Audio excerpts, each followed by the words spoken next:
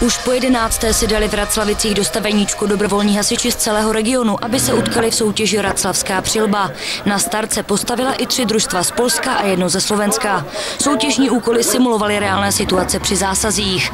Jako první byla odpolední štafeta, při níž účastníci sjížděli po tyči z věže, překonávali překážky i provazový žebřík. Následoval požární poplach.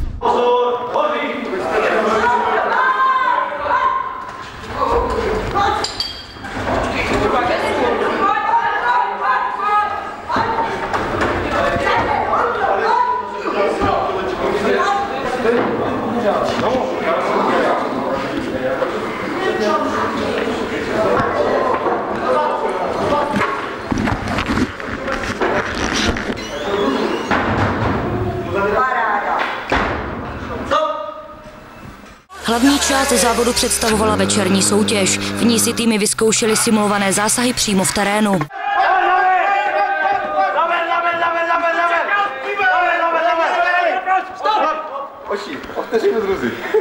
Večerní část probíhala na několika místech. Jednotky závodily například v požárním útoku do kopce, stavěly protipovodňové hráze, procházely hořícím domem, připravovali materiál na člunu či plnili úkoly na laně.